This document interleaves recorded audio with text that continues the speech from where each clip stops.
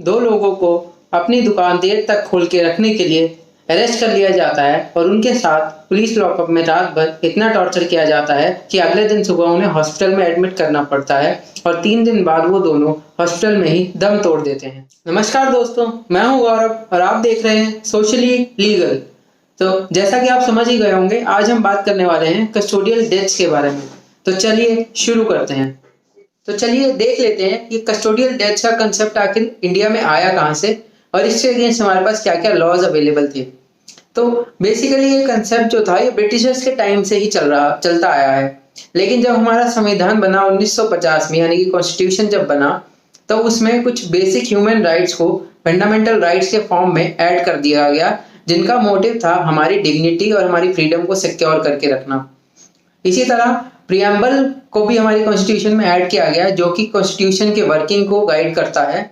और ये जो हमारा प्रियम्बल है, इसका जो अल्टीमेट मोटिव है वो ये है कि इंडिविजुअल्स की इंटीग्रिटी को सिक्योर करना और नेशन की यूनिटी, इंटीग्रिटी और फ्रेटर्निटी को सिक्योर करना। इसके बाद एक और इम्पोर्टेंट आर्टिकल आता है, article 22 of the Indian constitution. इसमें जो है अरेस्टेड पर्सन्स के राइट्स के बारे में बताया गया है। तो आर्टिकल 22 क्लॉज 1 कहता है कि किसी भी पर्सन को अरेस्ट किया जा रहा है तो उसे उसके ग्राउंड्स बताए जाएंगे, यानी कि उनका वजह बताई जाएगी उसे क्यों अरेस्ट किया जा रहा है, और उसके बाद उसके पास राइट है, हक है कि वो अपनी मर्जी के चॉइस के लॉयर को अपॉइंट कर सके अपने कंसल्टेशन के लिए और अपने केस को लड़ने के लिए। इसके बाद आता है आर्टिकल 22 क्लॉज 2। इसमें कहता है कि किसी भी पर्सन को अगर अरेस्ट किया जाएगा तो उसको 24 घंटे के अंदर अंदर नियरेस्ट मजिस्ट्रेट, जुडिशियल मजिस्ट्रेट के पास लेके जाना है और 24 घंटे से ज्यादा पुलिस कस्टडी में उसे नहीं रखा जा सकता बिना परमिशन के। फिर आता है आर्टिकल 14, जो कि राइट टू इक्वालिटी के बारे में बात करता है। राइट टू इक्वालिटी क्या है कि हमारी इंडिया में जितने भी लोग रहते हैं, जो भी इंसान है, चाहे कितने अमीर हो कितने गरीब हो, वो सब लॉ के लिए बराबर हैं और अगर किसी ने भी कोई भी ऑफेंस किया तो उन्हें पनिशमेंट तो जरूर मिलेगी। अब इसके बाद आता है क्रिमिनल लॉ का प्रिंसिपल, इसी में से, जो कि कहता है जब तक किसी के खिलाफ कोई गुनाह साबित नहीं हो जाता तब तक उसे इनोसेंट माना जाएगा। लेकिन अब जो अक्यूज हैं उनके हमें राइट्स तो कर्टेल करने पड़ेंगे प्रॉपर इन्वेस्टिगेशन के लिए। तो ये जो कर्टेलमेंट होती है, यानी कि जो रिस्ट्रिक्शंस लगाई जाती हैं किसी के राइट्स पे, उसके लिए पिक्चर में आता है आर्टिकल 21 ऑफ द कॉन्स्टिट्यूशन। अब आर्टिकल 21 क्या कहता है? आर्टिकल 21 कहता है कि जो प्रोसीजर एस्टैब्लिश्ड होगा सिर्फ उसी के थ्रू किसी के राइट्स आप कर्टेल कर सकते हो। अब इसके बाद आता है एक लीडिंग केस, जो कि इस प्रोसीजर के बारे में बात करता है कि ये प्रोसीजर कैसा होना चाहिए। तो इसमें आता है Maneka Gandhi versus union of India का केस, जिसमें सुप्रीम कोर्ट ने क्लियरली कहा है कि जो भी ये प्रोसीजर होगा एस्टैब्लिश्ड बाय लॉ, ये जस्ट, फेयर और रीजनेबल होना चाहिए, principle of justice, principles of natural justice के अकॉर्डिंग होना चाहिए, और ये आर्बिट्रेरी यानी कि मनमाना बिल्कुल भी नहीं हो सकता है। और अगर हमारा इनमें से कोई भी फंडामेंटल राइट वायलेट किया जाता है, यानी कि उसका उल्लंघन किया जाता है, तो उसके लिए हम सीधा सुप्रीम कोर्ट जा सकते हैं आर्टिकल 32 के अंदर, और हाई कोर्ट के पास जा सकते हैं आर्टिकल 226 ऑफ द कॉन्स्टिट्यूशन के अंदर।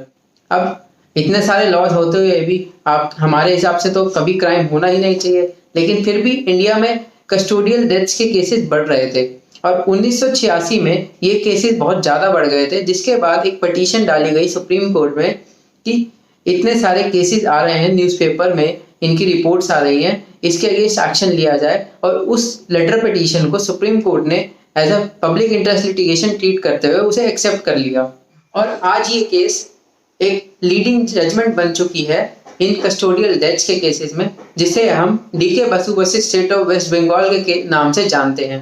अब इस केस में सुप्रीम कोर्ट ने मेन 3 इश्यूज उठाए थे कि ये कस्टोडियल वायलेंस के केसेस इतने बढ़ कैसे रहे हैं दिन प्रतिदिन। उसके अलावा क्या पुलिस आर्बिट्रेरीली किसी को भी अरेस्ट कर रही है, और ये जो कस्टोडियल वायलेंस और डेथ्स के केसेस हो रहे हैं इनके लिए जिम्मेदार कौन है।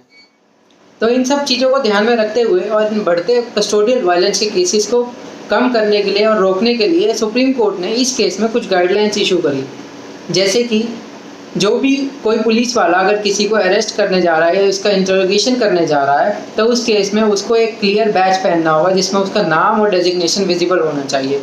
उसके अलावा जब वो अरेस्ट करने जाएगा तो एक मेमो ऑफ अरेस्ट साथ में लेके जाएगा, जिसमें अरेस्टेड पर्सन के भी साइन होंगे और एक किसी उसके रिलेटिव फ्रेंड या उस जिस एरिया से उसको अरेस्ट किया जा रहा है उस एरिया के किसी रेप्यूटेड पर्सन के यानी कि एक विटनेस का साइन होना चाहिए मेमो ऑफ अरेस्ट पे।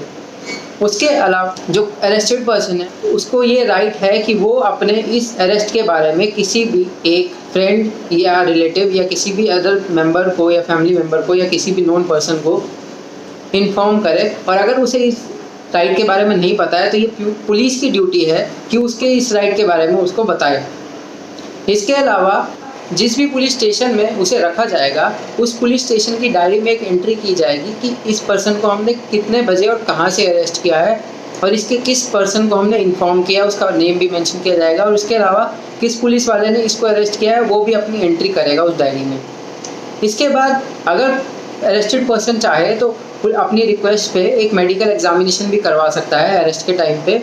और इस एग्जामिनेशन में अगर कोई भी इंजरी उसकी बॉडी पे पाई जाती है तो वो चीज़ एक इंस्पेक्शन मेमो में मेंशन की जाएगी। और उसके बाद जब तक वो कस्टडी में रहेगा हर 48 घंटे में उसका एक मेडिकल एग्जामिनेशन होगा जो कि एक डॉक्टर्स का पैनल करेगा, जिनको हेल्थ सर्विसेज के डायरेक्टर जो होंगे स्टेट या यूनियन टेरिटरी के, वो एक पैनल इसका बनाएंगे।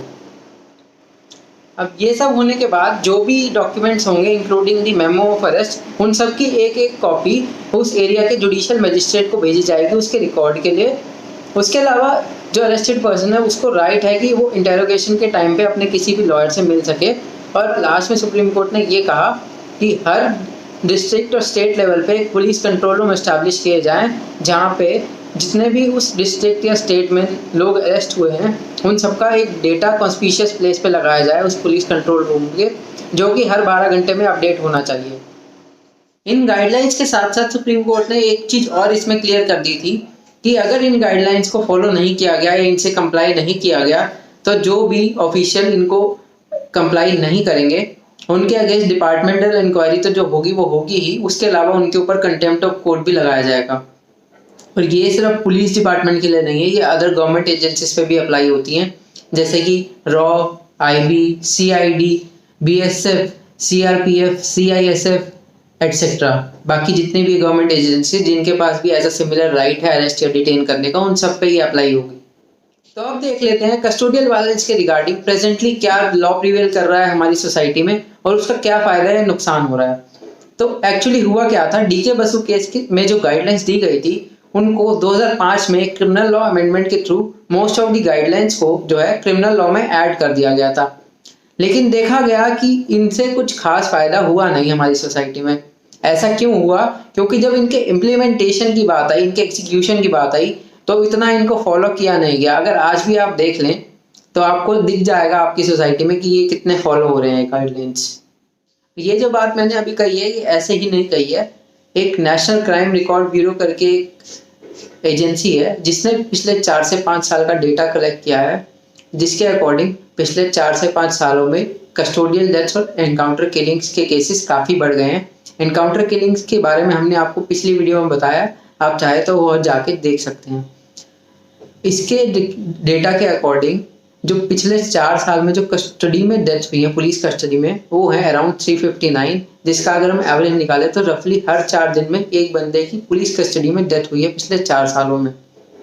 इसके अलावा ये जो कस्टडी में डेथ्स हो रही हैं इनमें से आधे से ज़्यादा केसेस में तो एफआईआर ही नहीं हो पाती है और जिन केसेस में एफआईआर होती है उनमें से भी 1/4 केसेस में ही चार्जशीट फाइल हो पाती है।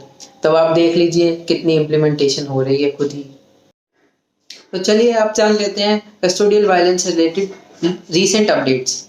तो रिसेंटली तो अभी हम शुरू करते हैं। आप पहले मुझे ये बताइए, जो मैंने स्टार्टिंग में 2 लाइन में आपको एक स्टोरी सुनाई थी वो आपको ऐसी स्टोरी लगी होगी कोई, ऐसे ही मैंने बना दी और आपको बता दी, है ना? नहीं, ऐसा नहीं है। वो एक रियल इंसिडेंट पे बेस्ड थी। आपने हाल ही में सुना ही होगा, तमिलनाडु के थूथुकुडी डिस्ट्रिक्ट के सकंथुलम टाउन में 2 लोग थे, जयराज और बेनिक्स, जो कि एक मोबाइल रिपेयर शॉप चलाते थे। और 19 जून की रात को क्या हुआ कि उन्होंने लॉकडाउन का रूल तोड़ा और उन्होंने अपनी शॉप, जैसे कि मान लीजिए 8 बजे तक का टाइम है शॉप खोलने का, तो उन्होंने 8:30 या 9 बजे तक की अपनी शॉप खोल रखी और इसमें पुलिस ने आकर उन्हें अरेस्ट कर लिया। अरेस्ट करने के बाद उन्हें पूरी रात कस्टडी में रखा गया, जिसमें उनके घर वालों को भी उनसे मिलने नहीं गया और उनके साथ इतनी ज़्यादा टॉर्चर और मारपीट हुई कि अगले दिन सुबह उन्हें हॉस्पिटल में एडमिट करना पड़ा। और हॉस्पिटल में उनकी ब्लीडिंग इतनी ज़्यादा हो रही थी कि वो रुक ही नहीं रही थी, और इसी कारण पुलिस वालों ने उनकी फैमिली वालों से कहा कि आप डार्क कलर की लुंगीज ले आइए उनके लिए। और हॉस्पिटल में एडमिट होने के 3 घंटे बाद पता नहीं कैसे डॉक्टर ने उनको सर्टिफिकेट दे दिया कि आप इन्हें जुडिशियल मजिस्ट्रेट के पास ले जा सकते हैं।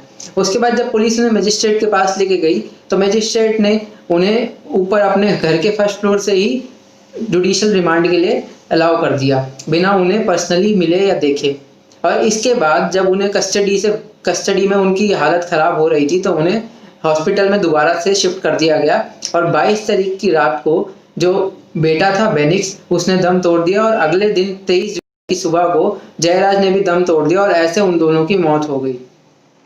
हालांकि अब जो रिसेंट 14 जुलाई के अराउंड ये रिपोर्ट आई थी कि ये केस अब सीबीआई के हाथों में जा चुका है, और सीबीआई ने कुछ 4 या 5 पुलिस वालों को उस एरिया के, यानी कि थूथुकुडी डिस्ट्रिक्ट के सथंकुलम जो है टाउन है, उसका ये पुलिस स्टेशन था, उसके 4 से 5 पुलिस वालों को अरेस्ट कर लिया है, और उनके अगेंस्ट रिमांड मांगी थी उन्होंने कोर्ट से, जिनमें उनको 2 दिन की रिमांड भी मिल गई थी।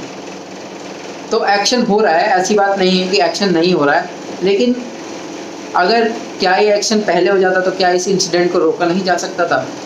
एक दुखद घटना जिसमें 2 लोगों की मौत हो गई, उसको रोका जा सकता था अगर ये एक्शन टाइम पे होता और डीके बसु की गाइडलाइंस एक्चुअली में इम्प्लीमेंट और एग्जीक्यूट की जाती सही तरीके से।